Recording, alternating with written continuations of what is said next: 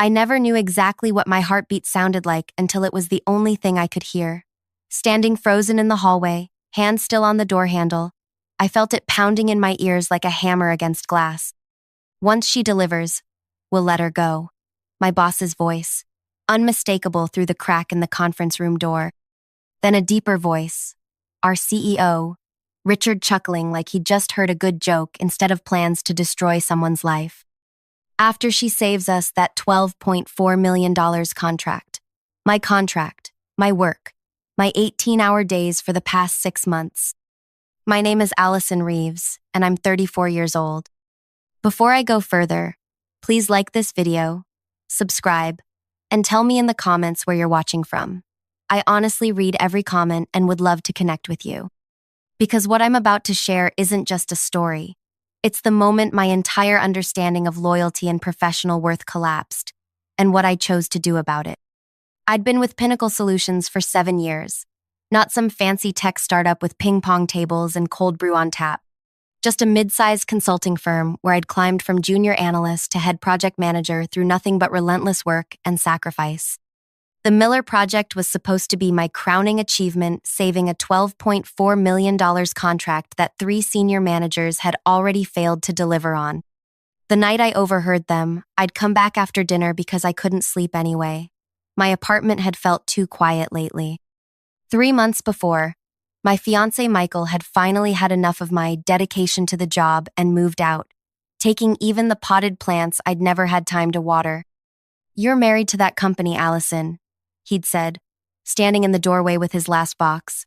"I hope they love you back." They didn't. I should have slammed that conference room door open right then. Should have confronted them. Instead, I silently backed away, returned to my desk, and stared at my laptop screen until the words blurred. Then, with hands that wouldn't stop trembling, I kept working. That's what good girls do, right? What professional women do. We swallow the betrayal, process the hurt on our own time. 7 years of being the reliable one, the Alison will handle it woman, and this was my reward. I drove home at 1 a.m. with tears streaming down my face, mascara probably making me look like some tragic raccoon. But by morning, something had shifted inside me. The hurt had hardened into something else. Something with edges. The Miller Project wasn't just any contract. It represented exclusive rights to develop software for 3 of the largest hospitals in our region. The previous project managers, all men with MBA degrees from schools they never failed to mention, had bungled the requirements gathering, promised impossible features, and created a mess of code that barely functioned. The client, Westridge Health Group, was ready to walk. That's when my boss, Nathan Cooper, had called me into his office with that fake concerned look on his face.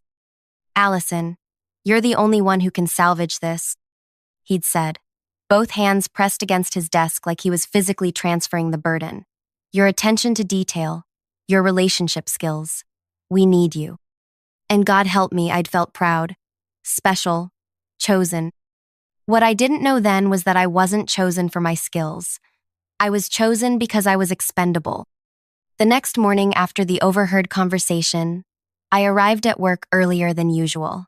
My eyes were swollen despite the cucumber slices and cold spoons I'd pressed against them at 5 a.m. I wore my sharpest blazer, the navy one with structured shoulders that always made me feel like I was wearing armor. Nathan was already there, which was unusual. He smiled when he saw me, and I watched that smile with new eyes. How had I never noticed how it never quite reached his eyes? "Alison, just the woman I wanted to see. How's progress on Miller looking?" My throat felt tight, like I might either scream or throw up. Instead, I smiled back. "On track. The development team has corrected the integration issues from yesterday. I'm meeting with the client tomorrow for the interim review." "That's my girl," he said, patting my shoulder as he walked past. "My girl," like I was a golden retriever who'd fetched the newspaper. I went through that day in a fog, nodding in meetings, answering emails, all while a voice in my head kept repeating the same phrase. "Let her handle it, then fire her." That night, I couldn't sleep again. I sat in my living room, surrounded by the sparse furniture Michael had left behind, and really looked at my life for the first time in years. The promotion I'd been angling for, the corner office, the retirement plan I was building, all of it based on the belief that hard work would be rewarded, that loyalty mattered. What a joke. I opened my laptop and started looking at my options. I could quit immediately satisfying, but financially devastating. I could half-ass the project and watch it fail, but that would hurt my professional reputation more than theirs. Or I could do what I always did: excel, deliver, and then be discarded. Unless my fingers hovered over the keyboard. There was a fourth option. I could deliver exactly what they asked for and make sure I was the only one who understood exactly how I'd done it. The next 2 weeks were the most intense of my professional life. I slept maybe 4 hours a night. I stopped by the office gym just enough to maintain appearances, but every spare minute was dedicated to 2 parallel tracks: saving the Miller project and documenting everything. Nathan checked in daily, his friendly concern growing as the deadline approached. "You're working too hard, Alison," he'd say, leaning against my cubicle wall. "We appreciate the dedication, but take care of yourself." The fake concern made my skin crawl, but I'd smile and nod. "Almost there, just want to make sure it's perfect." "That's why we need you on this," he'd say. And each time, I recorded the conversation on my phone, which sat face down on my desk. I also started talking more with Sarah from legal, who'd always been friendly but distant, the kind of work acquaintance you exchange pleasantries with but never really know. Over lunch one day, I carefully steered our conversation toward employment contracts and terminations. "It's funny," she said, picking at her salad, "how many managers don't understand the concept of constructive dismissal or how detailed our documentation needs to be for clean terminations." "What do you mean?" I asked, keeping my voice casual. She leaned forward. "Between us, HR is always cleaning up after executives who think they can just fire people on a whim. There are protocols, especially for employees with your tenure." That night, I reviewed my employment contract with new eyes: the intellectual property clauses, the non-compete agreement, the termination procedures. I started making notes. The Miller project itself was coming together beautifully. I'd redesigned the workflow, simplified the interface, and created detailed documentation for every component. But I built it all around my own system, one that looked straightforward but had nuances only I fully understood. 10 days after overhearing my planned firing, I was presenting progress to Richard, our CEO, and Nathan. Richard rarely attended these meetings, but with $12.4 million on the line, he'd suddenly developed an interest in the details. "The client is thrilled with the new direction," I explained, clicking through slides that showed dramatic improvements in system performance. "We've corrected the fundamental flaws in the original architecture." "Excellent work, Alison," Richard said, not really looking at me but at the numbers on the screen. "I knew you were the right person for this job. The right person to use and discard." I smiled so hard my cheeks hurt. "The next phase is critical," I continued. "We need to finalize the security protocols and complete user acceptance testing. I've prepared a detailed timeline." I handed them each a folder with printouts deliberately overwhelming, filled with technical specifications and project planning documents. Buried in the middle was page 17, a critical document outlining my unique implementation methodology. Neither of them would read it carefully. They never did. That night, I backed up everything to my personal cloud storage. Every email, every specification document, every piece of code I'd written or revised. Not to steal, I'm not a thief, but to protect myself with evidence of exactly what I'd contributed. 4 days before the final deadline, the Westridge Health Group executives requested an in-person meeting to review the final product before sign-off. This was standard procedure, but Nathan seemed unusually nervous. "It has to be perfect, Alison," he said, pacing my cubicle. "Richard will be there. The entire board will be watching this." "I understand," I said calmly. "Everything is on track." He hesitated. "I've added Jason to the presentation team just as backup." Jason, a junior developer who had contributed nothing to the project's recovery. I knew immediately what this meant. My replacement was already being positioned. "Great," I said, my voice steady while my stomach twisted. "He can handle the technical questions during the demonstration." That night, I made my final preparations. I reviewed the board meeting agenda Sarah had casually left visible on her desk when I'd stopped by with a coffee question. I confirmed the timing, the attendees, the meeting room setup. I finalized my presentation materials, sent the required copies to the executive assistant, and then did something I'd never done before in my professional life. I left work at 5 p.m. The guard at the front desk actually did a double take. "Early day, Ms. Reeves?" I smiled. "Big day tomorrow. Need to be fresh." At home, I laid out my outfit for the board meeting.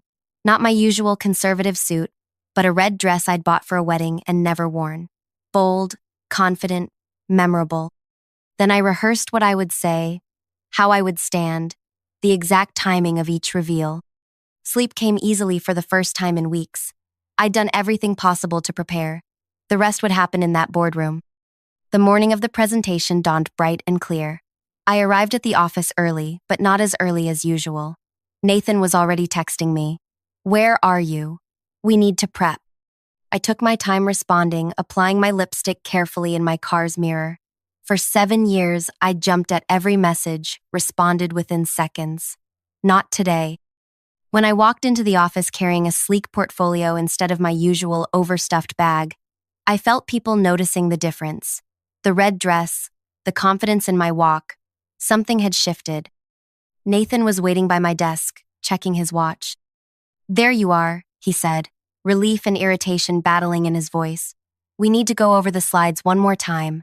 I've made some adjustments to your presentation." I set down my things calmly. "What adjustments?" He slid a USB drive across my desk. "Just a few tweaks to the messaging. And I've added Jason to the first 3 slides as project co-lead." Co-lead. For someone who'd attended exactly 2 meetings and contributed nothing. I picked up the drive and smiled. "I'll take a look." "Now please," he said, the friendly facade slipping. "We present in 2 hours." "I understand," I replied. "I just need to check something with Sarah in legal first. Contract language the client requested. I'll be right back." Before he could object, I walked away, the USB drive in my hand, but I didn't go to legal. Instead, I went to the small conference room I'd booked yesterday, locked the door, and plugged the drive into my laptop. As expected, Nathan had completely reworked my presentation. My name was minimized, Jason's was prominent, and the technical details, the ones that explained exactly how I'd saved the project, were simplified to the point of meaninglessness. I deleted the file, replaced it with my original presentation, and added 1 new slide at the end. Then I headed to the executive boardroom floor, arriving 30 minutes before the scheduled meeting time. The catering staff was still setting up coffee and pastries. I helped them arrange things, making casual conversation, positioning myself as someone who belonged there. When the AV technician arrived to test the system, I introduced myself as the lead presenter and asked to check my slides. "Of course, Ms. Reeves. The system is ready whenever you are." I uploaded my presentation, confirmed everything worked properly, and then sat in a chair in the corner, reviewing my notes while executives and board members gradually filtered in. Nathan arrived 15 minutes before the start time, looking increasingly panicked when he couldn't find me. When he finally spotted me already in the boardroom, his eyes widened. "Alison, I've been looking everywhere for you. Did you review the updated slides?" I nodded, my face serene. "Everything's ready to go, Nathan. The presentation is loaded and tested." Relief washed over his face. "Perfect. The Westridge team just arrived. They're in the lobby." As he turned to leave, I added, "Oh, and Nathan? I kept your changes to a minimum. I think my original version conveys the technical achievement more accurately." He froze, then turned back slowly. "What does that mean? I need to see the slides now." "They're already loaded in the system," I said, gesturing to the AV setup. "No time to change them now. The board is arriving." The boardroom filled quickly. Richard, our CEO, made his entrance last, flanked by 2 Westridge Health Group executives. I recognized Dr. CEO. Eleanor Miller herself, the woman whose family name was on our contract, whose hospitals would be using our system. She wasn't just a client. She was the decision maker who controlled that $12.4 million. I straightened my spine, feeling the red fabric of my dress against my skin. For 7 years, I'd worn muted colors, played the part of the reliable background player. Today, I was choosing visibility. Nathan was sweating now, casting nervous glances between me and the presentation screen. Jason arrived, looking confused when he saw me already seated near the presenter's position. Richard began the introductions, his voice booming with practiced authority. "We're delighted to present the completed Miller project today," he said, gesturing broadly. "Our team, led by Nathan Cooper, has transformed the original concept into a state-of-the-art hospital management system that will revolutionize your operations." Not a single mention of my name, I wasn't surprised. "Nathan, why don't you take it from here?" Richard said, settling into his chair at the head of the table. Nathan stood, buttoning his jacket with slightly trembling fingers. "Thank you, Richard. We're extremely proud of what we've accomplished. I'd like to introduce Alison Reeves, who has assisted with the project implementation, and Jason Mercer, who has been instrumental in the technical architecture. Assisted, after 6 months of 18-hour days, after saving what 3 men had destroyed."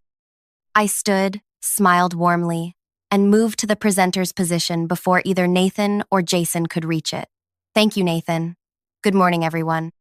I'm excited to show you how we've not only salvaged but revolutionized the Miller project." I clicked to the first slide, my original slide, with my name clearly listed as project lead. Nathan's face tightened. But what could he do? Wrestle the clicker from my hand in front of the board and our most important client? For the next 20 minutes, I walked through every aspect of the project with confident precision. I explained how I'd identified the fundamental flaws in the original architecture, redesigned the workflow patterns, and created an intuitive interface that the hospital staff could learn in half the time originally estimated. The key innovation, I continued, clicking to slide 15, was recognizing that the previous approach violated 3 core principles of healthcare information systems. I outlined each one, watching Dr. Miller nod with increasing enthusiasm. Nathan tried to interject twice, but I smoothly acknowledged his points and continued, never surrendering control of the presentation. Jason, to his credit, looked increasingly uncomfortable, clearly aware he was being positioned for work he hadn't done. "What about the security concerns our IT director raised last month?" Dr. Miller asked, her first direct question. Nathan started to answer, but I spoke first. "An excellent question. If you'll turn to page 17 in your packets." I paused as everyone shuffled through their materials to find the document I'd buried there. The one I knew Nathan and Richard hadn't read. "You'll see our comprehensive security protocol, which exceeds industry standards in 3 critical areas." I walked them through it, watching Dr. Miller's expression shift from skepticism to approval. By the time I clicked to the final slides, the energy in the room had transformed. The board members were leaning forward. The Westridge executives were exchanging impressed glances. "In conclusion," I said, "we've delivered a system that not only meets your original requirements, but enhances operational efficiency by an estimated 34% over your current processes." The implementation timeline on page 23 shows we're ready to begin rollout next week, with full deployment completed 2 weeks ahead of schedule. Applause broke out, actual applause, from the Westridge team. Richard was beaming now, dollar signs practically visible in his eyes. Nathan was attempting to look proud, while simultaneously looking like he might vomit. "Any questions?" I asked, standing tall in my red dress. Dr. Miller spoke up. "Just one. This is impressive work, Ms. Reeves. I'd like you to personally oversee the implementation at our flagship hospital." Before Richard or Nathan could respond, I smiled directly at her. "I'd be honored, Dr. Miller. However, there's something I should address first." I clicked to the final slide, the one I'd added last night, the one neither Nathan nor Richard had seen. On the screen appeared a simple statement: "Project continuity concerns." The room went silent. "What's this?" Richard asked, his smile faltering. "A critical consideration for the success of this project," I said calmly. "As the sole architect of the revised system, I've created detailed documentation for every component. However, there are nuances to the implementation that only I fully understand at this point. Nathan's face had gone from red to white. He knew what was coming. I recently learned, I continued, my voice steady despite my pounding heart, that Pinnacle planned to remove me from the project immediately after today's presentation. Before the actual implementation, before the training, before ensuring the system functions as promised. Richard stood abruptly. This is hardly the time or place. I disagree, I said, not raising my voice, but not backing down. This is exactly the time and place, because it directly impacts Westridge's $12.4 million investment. Dr. Miller's eyes narrowed. What exactly are you saying, Ms. Reeves? I turned to face her directly. I'm saying that 10 days ago, I overheard Nathan and Richard discussing plans to terminate my employment once I had saved your contract. Their exact words were, let her handle it, then fire her. The boardroom erupted in murmurs. Dr. Miller's expression hardened as she looked between Richard and Nathan. Is this true? She asked them. Nathan stepped forward. Alison is obviously misinterpreting something she thinks she heard. I have the recording, I said quietly, pulling my phone from my portfolio. Would you like me to play it? The blood drained from both men's faces. I hadn't been recording in the office that night. I'd been in the hallway, but they didn't know that. What they did know was that I'd been recording our recent conversations, and there was enough damning evidence there to make them uncertain. Dr. Miller turned to Richard. I find this disturbing, to say the least. We're entrusting our entire hospital network to this system. Continuity of expertise is non-negotiable. Richard tried to recover. Dr. Miller, I assure you, there's been a misunderstanding. Alison is a valued team member. We had been discussing restructuring, yes, but restructuring that coincidentally was scheduled for immediately after I delivered this project? I interjected. After working nights and weekends for 6 months to fix the mess your previous project managers created? Dr. Miller stood. I've heard enough. Mr. Harrington, our contract explicitly requires stable project leadership through implementation and the first year of operation. If Ms. Reeves created this system, then she needs to oversee its implementation. I let the moment hang there, watching Richard's mental calculations, the $12.4 million contract versus whatever he'd planned for me. Of course, he finally said, his businessman smile returning. Alison is essential to the project. There was never any intention of removing her.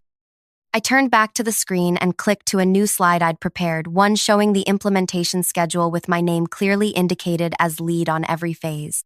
Then you'll have no objection to formalizing my role in the updated contract, with guaranteed continuity for the full project lifecycle. It wasn't a question. Dr. Miller nodded approvingly. I insist on it, actually, and I'd like that addendum drafted today. The meeting wrapped up shortly after, with handshakes and forced smiles. As the room emptied, Richard gripped my elbow, his fingers digging in just slightly too hard. My office. Now, he hissed. I smiled pleasantly. Of course. Right after I finish answering Dr. Miller's questions about the implementation timeline, I spent the next 20 minutes with the Westridge team, discussing details and building rapport.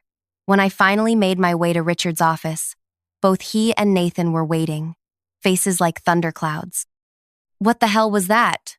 Richard demanded the moment I closed the door. I remained standing.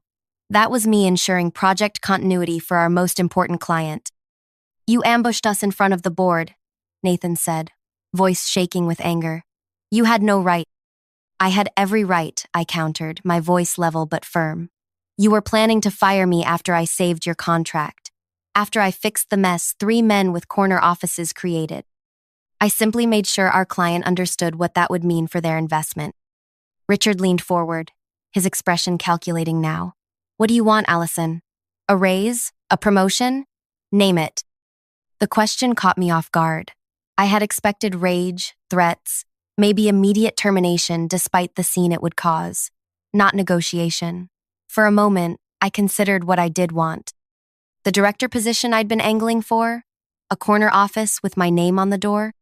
But standing there in my red dress, I suddenly realized those things belonged to the old Alison, the one who believed in the system, who thought loyalty would be rewarded with loyalty. I want 3 things, I said finally. First, The lead role on the Miller Project implementation, fully documented and contracted, with a completion bonus equal to 5% of the contract value. Richard's jaw tightened, but he nodded. Second, I want a formal retraction of any termination plans, with Sarah from legal present as witness. Nathan started to protest, but Richard cut him off. Fine. Third, I continued, feeling a strange calm now. Once the Miller Project is successfully implemented and the first quarterly review completed, I want a clean departure from Pinnacle. A generous severance package, excellent references, and no non-compete restrictions. They both stared at me, confused. You want to leave? Nathan asked. After fighting to stay? I looked at him directly. I'm not fighting to stay. I'm fighting for the respect and recognition I've earned. There's a difference. Richard studied me with new eyes. You could have a future here, Alison. Today showed what you're capable of. Today showed what you're capable of too, I replied. And that's not something I can unknow. The aftermath was surprisingly quiet. Word spread through the office. Of course, whispers about how I'd outmaneuvered the executive team, secured my position on the biggest contract in company history, and somehow extracted concessions no one had seen Richard Harrington give before. Sarah from legal called me that afternoon. I just drafted the strangest contract addendum of my career, she said, sounding impressed. Congratulations, I think? Thank you, I said, for that and for the casual information about termination protocols. She laughed softly. I might have noticed some concerning conversations. Professional women need to look out for each other. The next 6 months were intense but rewarding. I led the Miller Project implementation with complete authority. Nathan was mysteriously reassigned to another division.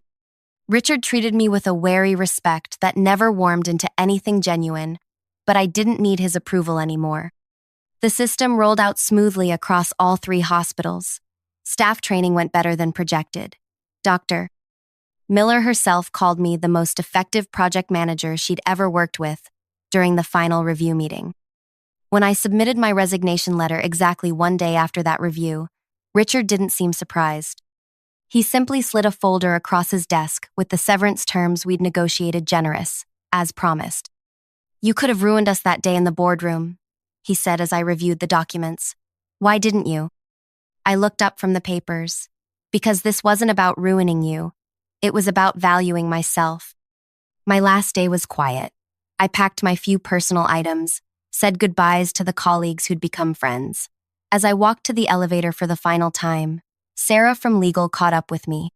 So where are you going next? She asked. I smiled. Dr. Miller offered me a position heading technology implementation across their entire hospital network. Double the salary, equity options, and a team I get to build myself. Sarah's eyes widened. You're going to work directly for the client? Can you do that? Check the revised contract language, I said, stepping into the elevator. No non-compete restrictions. I made sure of it. As the doors closed on Pinnacle Solutions for the last time, I felt neither triumph nor regret, just a quiet certainty that I would never again let anyone determine my worth but me. 2 months into my new role at Westridge Health Group, I received an email from Jason, my supposed co-lead from the Miller Project. The subject line read, "They're falling apart without you." Apparently, 3 more project managers had cycled through Pinnacle since my departure. The company had lost 2 major contracts. Richard was facing pressure from the board, and Nathan had been quietly let go. I closed the email without responding and turned my attention to my team brilliant people I'd hired because of their talent, not their connections or degrees. People I made sure knew they were valued every single day. Sometimes revenge isn't about destroying someone else. Sometimes it's about refusing to let them destroy you and building something better from what they tried to take away. That day in the boardroom, standing in my red dress with the presentation clicker in my hand, I didn't just save my job, I found my power. And in the end, that was worth more than any corner office they could have offered me. So tell me, have you ever had to stand up for yourself when everyone expected you to stay quiet?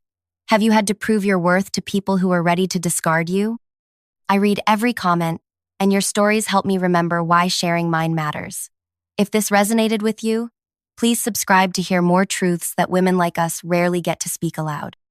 And if you know someone who needs to hear this message about valuing themselves, share this video with them. Sometimes the most powerful revenge is simply refusing to be a victim of someone else's story.